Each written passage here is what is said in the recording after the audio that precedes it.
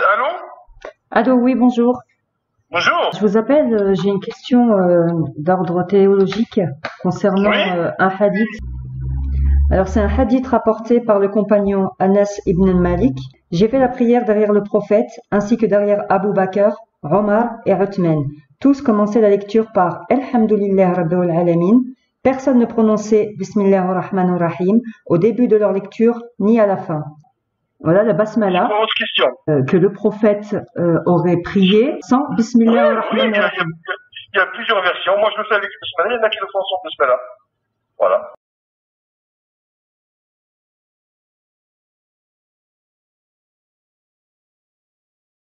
Et qu'est-ce que vous pensez de ce que Dieu dit quand il parle de ne rien retrancher de son livre? Ne rentrez pas là-dedans.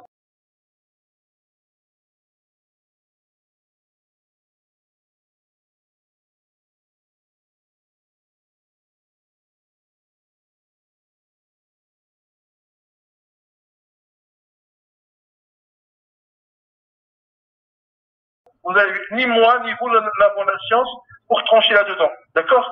Tout à l'heure, j'ai écouté l'intervention au Bourget, là. Il y a des grands savants. Oui. Ils ont parlé de ce sujet-là. Il faut, pour donner une fatwa, pour donner des trucs au jeu, il faut vraiment être un érudit. Il faut avoir fait beaucoup d'études, il faut tout ça.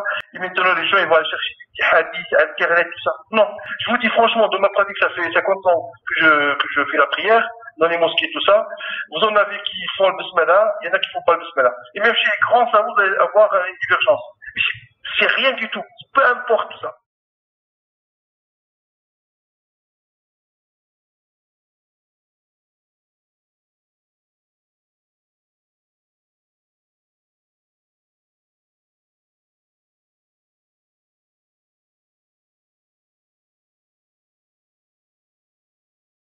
Dieu, il nous demande de suivre Oui, mais c'est pas à vous, sa à sunna moi à lui.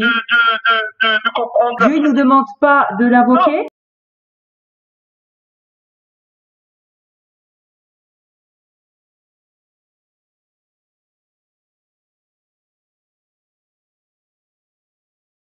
Vous ne pouvez pas vous-même comprendre les textes. Mais si on enlève la basmala, on en est à 6 versets. Non, mais vous On n'avez n'est rien plus à 7 versets.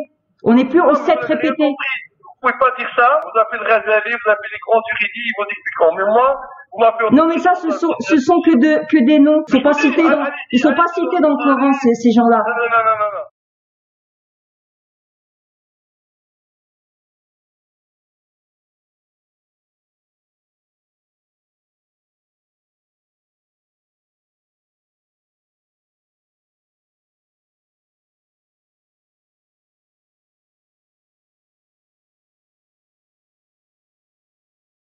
Vous adorez bien un prophète. Ce sont bien dans les hadiths. Nous, on n'adore pas le prophète, on adore Dieu. Non, vous suivez les hadiths, ce qui a été rapporté par vos savants. Vous suivez pas le Coran. Non, le Coran. Et là, vous me dites que oui, c'est normal, on peut retirer la basmala, il n'y a pas de souci. Alors qu'Allah, il parle bien de 7 répétés. 7 versets.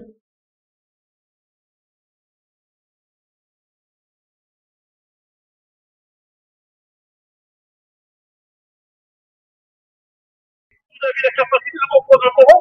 Si Allah le veut, s'il m'enseigne, il faut se tourner vers Allah. Vous m'avez appelé en tant qu'imam, d'accord? Laissez-moi vous répondre quand même. Et vous faites quoi? Vous avez fait quoi comme étude pour pouvoir aller puiser dans le Coran? Il guide et il égare qui il veut. Voilà, c'est ça le diplôme d'Allah. Ouais, non, mais...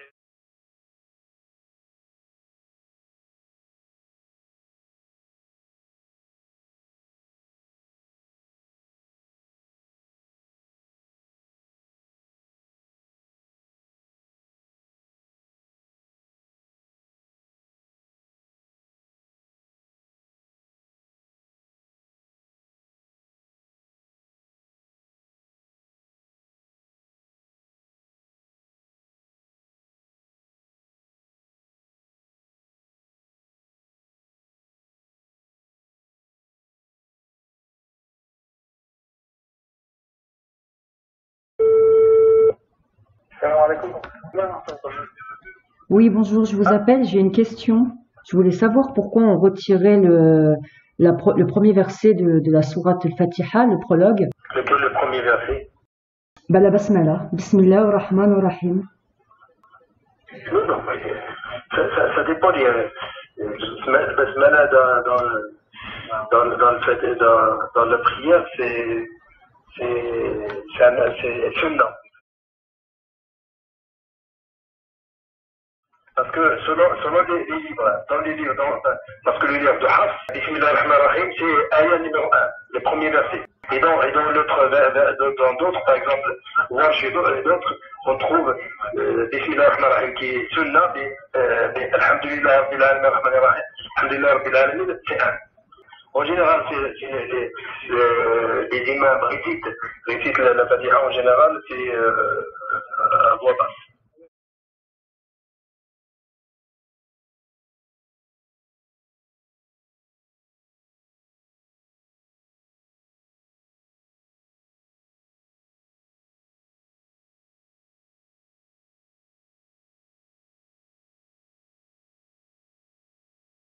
Oui, voilà, ils disent le premier verset à voix basse. Mais pourquoi? Il y a d'autres qui ont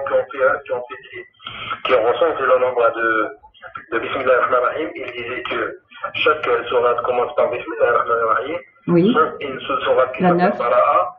Mais Bismillah ar-Rahman ar-Rahim, on le trouve dans la sourate Naml. وإنه من سليمان وإنه بسم الله بسم الله الرحمن الرحيم. Et complète, comme quoi Bismillah ar-Rahman ar-Rahim, c'est 114 fois encore. Et qu'est-ce que vous pensez du verset 87 dans la sourate 15 où Dieu dit « Nous t'avons certes donné 7 parmi les redoublés et le Coran grandiose ». Les 7 parmi les redoublés, c'est bien la Fatiha.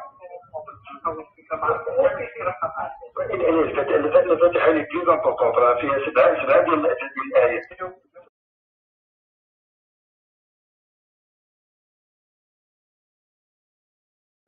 D'accord. Et moi, de ma part, moi, je suis la personne qui récite Bismillah ar-Rahman ar-Rahim à haute voix. Moi, j'ai dit, quand je dis par exemple la Maghreb, Allahu Akbar, je fais les invocations, je dis Alhamdulillah, Bismillah ar-Rahman ar-Rahim, Alhamdulillah Rabbil Alamin. Quand on dit Alhamdulillah Rabbil Alamin, à partir de Alhamdulillah Rabbil Alamin jusqu'à Waradit Dali, on rentre en communication avec Allah subhanahu wa ta'ala. C'est ce qu'il faut comprendre. Il faut comprendre la signification de Alhamdulillah Rabbil Alamin, Ar-Rahman ar-Rahim, jusqu'à la fin.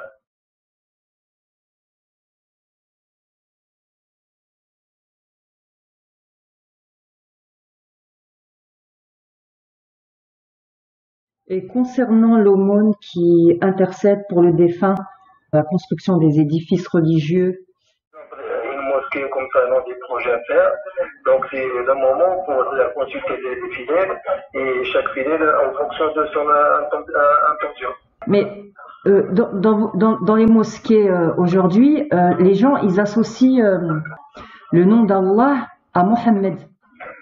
Donc c'est souvent qu'on cite les hadiths dans les mosquées et on parle rarement de Coran. Parce que Dieu il accepte ce genre d'aumône pour édifier un édifice qui l'associerait. Si par exemple une communauté veut construire un édifice, l'édifice ne va pas être individuel. D'accord? Il faut la force, la force des gens, tu vois, matériellement ou bien physiquement, il y a Allah subhanahu wa ta'ala. Et c'est pas Allah qui va nous faire descendre la mosquée du ciel. Et c'est pas Allah qui va nous faire descendre la mosquée du ciel.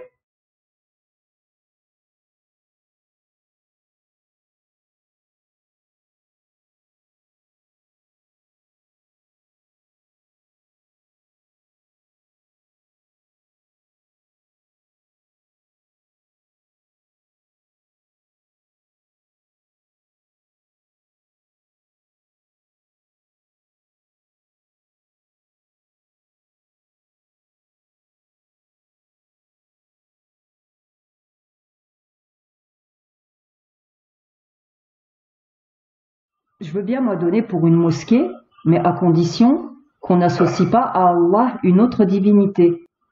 Il n'y a pas de non, associer une autre divinité à Allah, ça s'appelle un shirk.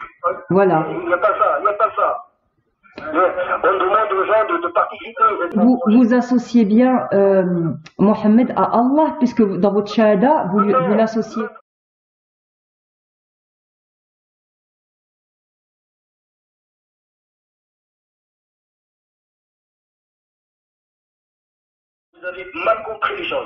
Quand on dit Ashhadu an la ilaha illallah wa ashhadu anna Muhammad, c'est pas qu'on associe Mohammed à Allah subhanahu wa ta'ala. Désolé, vous avez mal compris. Vous êtes mal parti.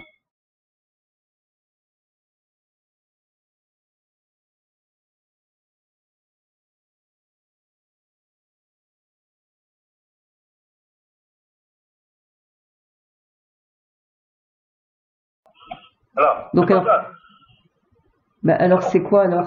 Quand on dit Ashhadu an la ilaha illallah, c'est parmi les piliers de l'islam. Quand on dit Ashhadu anna Muhammad, il faut voir la signification. J'atteste qu'il n'existe qu'un seul Dieu qui est Allah et le seul. Et quand on dit Ashhadu anna Muhammad Rasulullah, oui, je témoigne, j'atteste que Muhammad est son messager. Et comment se traduit ça? C'est-à-dire suivre ce qu'il a fait. C'est ce que nous a apporté le prophète. C'est pas. Et le prophète n'a jamais accepté que quelqu'un l'attend, ou bien comme ça. Mais il faut suivre ce qu'il dit.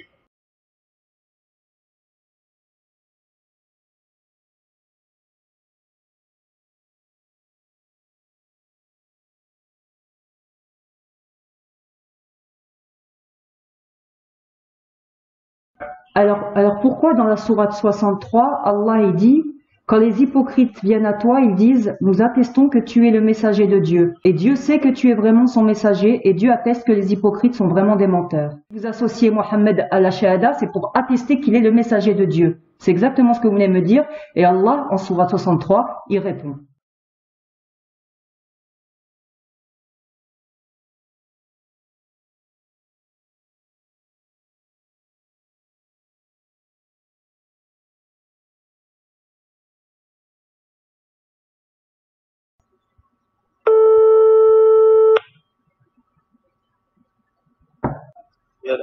Allô, salam alaikum. J'aurais une question à vous poser concernant Zakat al-Fitra. Est-ce que vous pouvez m'en dire un peu plus, par exemple, parce que je vois que cette année, on est passé à 10 euros, c'est ça? 7. Donc, ouais, je voulais savoir sur quoi on indexait ce prix, en fait. Dire c'est à taux variable, c'est pas à taux fixe. Fixé au niveau national, hein, c'est des instances qui le fixent, ça, c'est pas... Donc, c'est compté comme denrée alimentaire, c'est ça? En fait, il y en a qui disent qu'on peut le donner en argent. Oui. Donc voilà, il y en a qui disent qu'on peut le donner en denrée alimentaire, et qu'on peut le donner en argent. On le donne à qui exactement? Des personnes qui sont dans le besoin. Et j'avais une deuxième question, si vous permettez. Il y a 2 prières qu'il faut prier à voix basse. En fait, c'est comme le prophète qui nous a enseigné. C'est comme ça, en fait, les torts et la race, ils sont en voix basse. Et il y en a 2. Et les autres sont en voix haute. Après, j'ai pas d'autres explications. C'est tel qu'on nous l'a enseigné, en fait.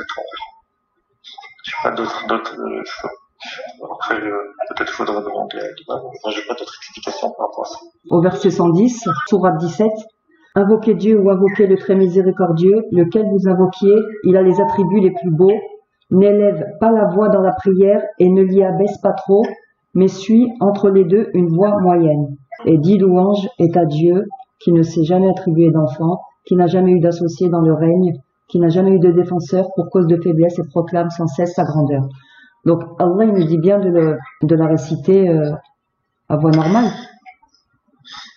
Oui, mais après on peut pas, je veux dire, juste en lisant comme ça, on peut pas se permettre nous il y a plein de textes en fait, il y a pas de... Oui, mais c'est le Coran que je viens de citer là. C'est le Kitab. Oui, tout à fait, mais je veux dire, on peut tout dire et n'importe quoi avec un texte, juste en lisant, on peut tout dire. Oui, mais là, Allah, il est bien clair. Il dit, n'élève pas la voix dans ta prière et ne l'y abaisse pas trop, mais suis entre les deux une voix moyenne. Il est clair, là. Quand il dit ça, il n'y a pas besoin de tergiverser, il me semble.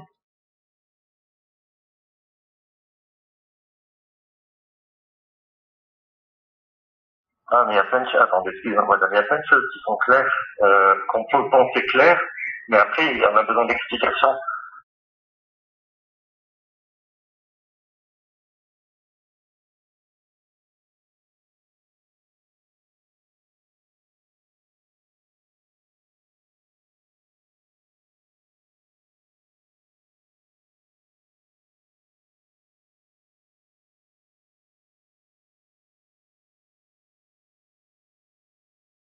on a besoin d'explications, parce qu'on peut lire aussi des choses qui sont peut-être violentes dans le Coran, et vous allez me dire que c'est clair, et je veux dire, avec ça, on peut tout dire et n'importe quoi. C'est comme ça que les gens interprètent mal et vont aller tuer des gens.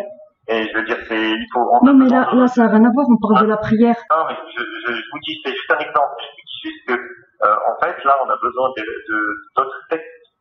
On a besoin d'autres textes. Il y a le Coran, il y a déjà le Coran, il faut le lire dans son ensemble. Il n'y a pas juste un verset. Et puis, après, on a aussi les textes du prophète. Et puis, après, on a aussi les textes du prophète qui expliquent comment faire la prière.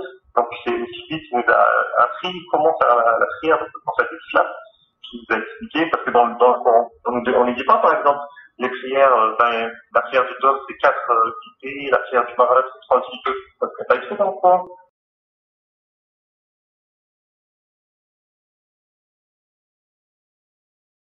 C'est les hadiths qui viennent nous enseigner la manière de prier, en fait. Ce que je veux dire, c'est pas, le Coran, il détaille pas la manière de prier, etc. Bah, si, c'est dans le Coran. C'est dans le Coran, monsieur. Bah non, il y a pas tout, madame, parce que. Bah, si. La manière, la façon, non, parce que. Bah, moi, je vous dis que si. Comment? Je vous dis que si. Il y a tout dans le Coran. Moi, je suis en train de juste vous dire qu'on a 2 sources dans les termes. Le Coran, et on a la source du prophète, et le prophète exact qui nous l'a appris. Donc là, il y a 2 sources essentielles. Il y a 2 sources essentielles.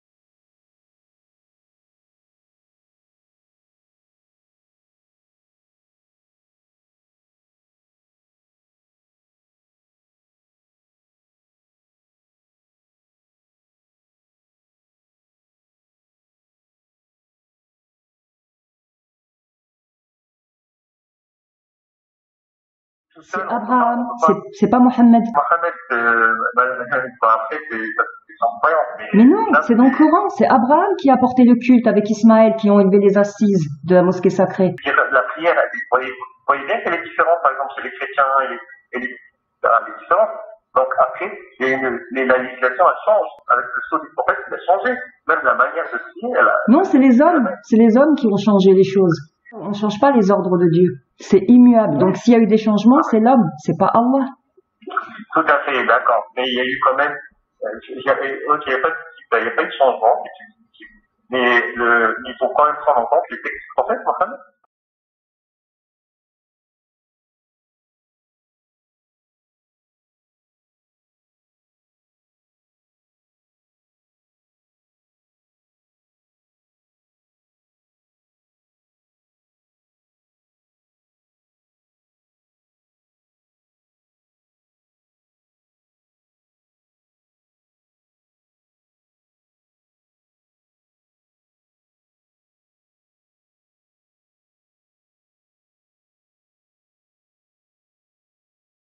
Même sur Internet, vous trouvez, il y a plein de textes. Vous tapez la manière de prier en islam ou la prière selon le prophète, et vous allez voir tous les textes versets et hadiths. Et on va vous expliquer le détail sur comment faire chaque geste, en fait. Chaque geste, là, on vous explique pas tous les gestes, par exemple, dans le Coran.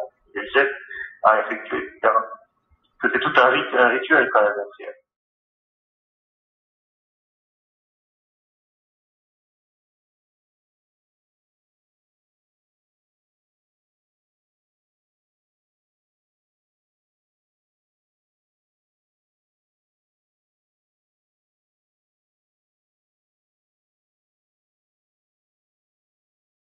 Je voulais revenir, si ça vous dérange pas, sur la zakat al-fitra. Par exemple, pour ce qui vous m'avez dit que c'était 5 euros, c'est ça? Ou 7, je sais plus. Oui, 7. 7 euros, voilà. En fait, parce que Allah, dans le Coran, quand il parle du butin, donc la sourate 8, dans le verset 41, il dit « Et sachez, quel que soit le butin que vous avez ramassé, c'est-à-dire le salaire, une rente, quoi que ce soit, une récolte, Le cinquième revient alors à Allah et aux messagers et à ses proches et aux orphelins et aux démunis et aux voyageurs. Si vous mettez en œuvre par Allah le dépôt confié, pour dire qu'il là il y a un cinquième. Le problème, c'est que là encore une fois, c'est qu'on peut pas interpréter les textes comme ça tout seul, sans avoir une connaissance globale là, c'est dans un contexte particulier, et il faut regarder les contextes de révélation, etc. En fait, il y a toute une analyse. On peut pas sortir une règle comme ça à partir en lisant tout seul comme ça. C'est pour ça qu'on a besoin de personnes qui ont appris toute leur vie. Ils connaissent tous les textes et ils ont une vision globale. C'est pas juste en lisant un texte qu'on va sortir une règle, en fait.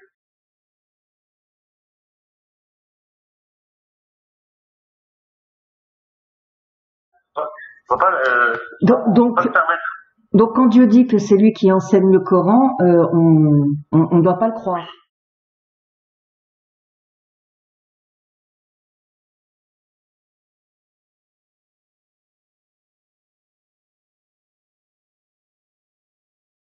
Si, justement, mais il faut l'apprendre, madame. C'est pas juste en le lisant comme ça, la première fois que sinon, sinon, s'il y a 6 milliards de personnes sur Terre qui disent, 6 milliards de personnes qui vont interpréter à leur manière différente, parce que c'est... pas du tout, puisqu'ils ont qu'un seul enseignant. C'est vous qui avez plusieurs écoles qui divergent. C'est depuis leur départ. Écoutez, vous divergez sur la basmala, s'il faut l'enlever ou s'il faut pas l'enlever, s'il faut la réciter. Vous divergez sur la zakat, vous divergez sur tout. Il y en a qui prennent 10, il y en a qui prennent 7, mais Allah, lui, il est droit, il n'y a pas d'ambiguïté, c'est un cinquième. Les 7 répétés, c'est 7 répétés. Écoutez, moi, je vous donne juste, moi, je vous donne juste la vie, on va dire. Vous voulez faire comme vous voulez, vous faites comme vous voulez.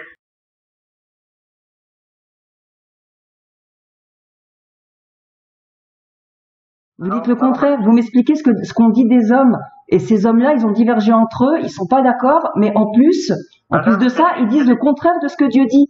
Pas du tout. Bien sûr que si, puisque...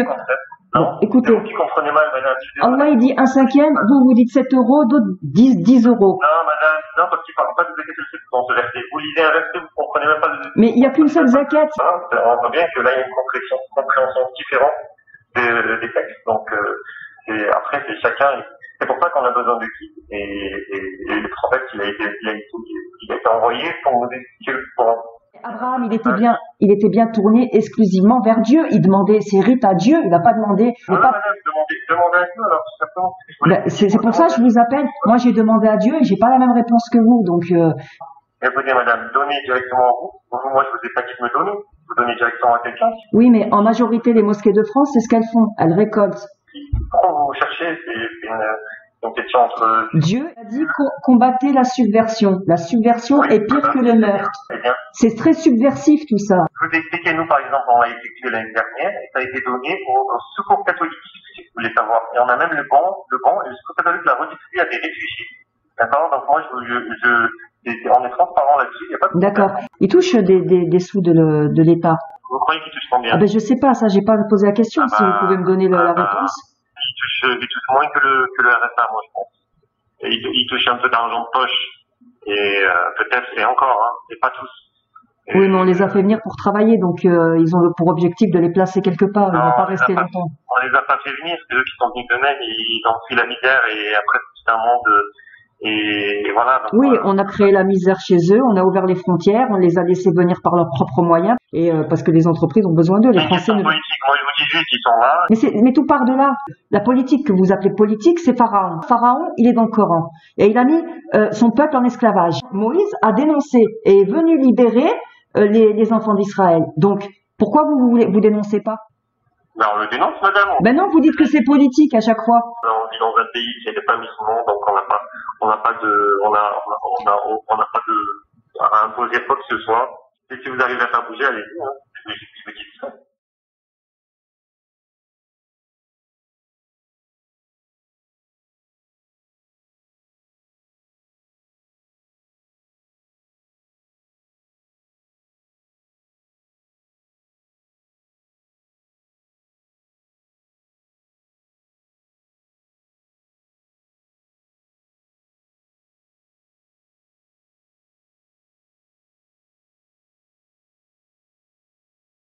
Bah, je suis pas toute seule et je trouve qu'on fait bien bouger les choses quand même. Bah, faites bouger les choses, j'aimerais bien. Bah, Inch'Allah. c'est bien. C'est en train de bouger. Bah, Inch'Allah. j'espère. Par la grâce de Dieu. Ah oui, tout à fait. Bah, j'espère. Voilà. J'espère. Voilà, madame. Ok, bah, je vous remercie d'avoir répondu. Merci, de rien.